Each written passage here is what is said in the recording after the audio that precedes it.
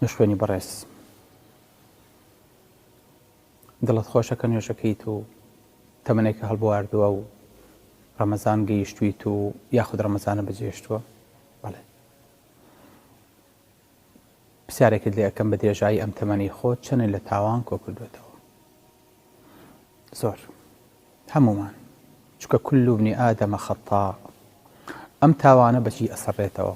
بەچی لەسەرمان لاچێ؟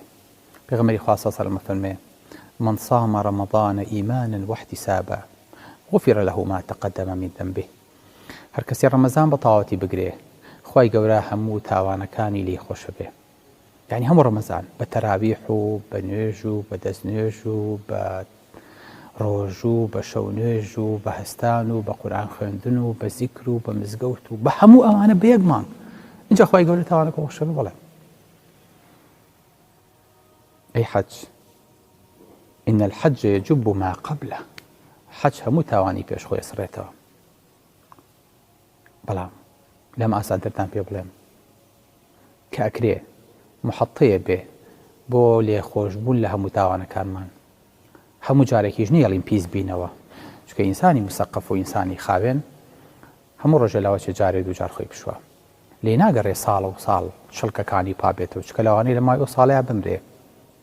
پێغەمبەری خوا صلی الله علیه و سلم فەرمێ: أرأيتم لو أن نهرا بباب أحدكم يغتسل فيه كل يوم 5 مرات هل يبقى من درنه شيء؟ قالوا: لا يبقى من درنه شيء. قال: فذلك مثل صلوات الخمس يمحو الله بهن الخطايا. چەند تەمسیلێکی جوانە، چەند خۆشە ماڵێکت هەبێ، خانوویەکت هەبێ، گەڕەکێکت هەبێ، ئاو بە بەردەمیات تێپەڕێ، ئاوەکەش ڕووبار و ئاوێکی پاک بێ، جێرابی تێکەڵ نەبێ، هەموو ڕۆژێ 5 جار لەوێ دەستنوێژ نا نوێژ نا خۆتی لێ بشووی، ئەڵڵا، ئاوێکی بێ کلۆر، ئاوێکی بێ خەوش، ئاوێک لە بەری بڕواکە قەت پیس نابێ، مایەکی جاری 5 جار لەو ئاوە خۆ بشووی. چەند تەمسیلێکی جوانە پێغەمبەری خوا صلی الله علیه و سلم بۆمانەکە. تاوانەمێنێ؟ نەخێر.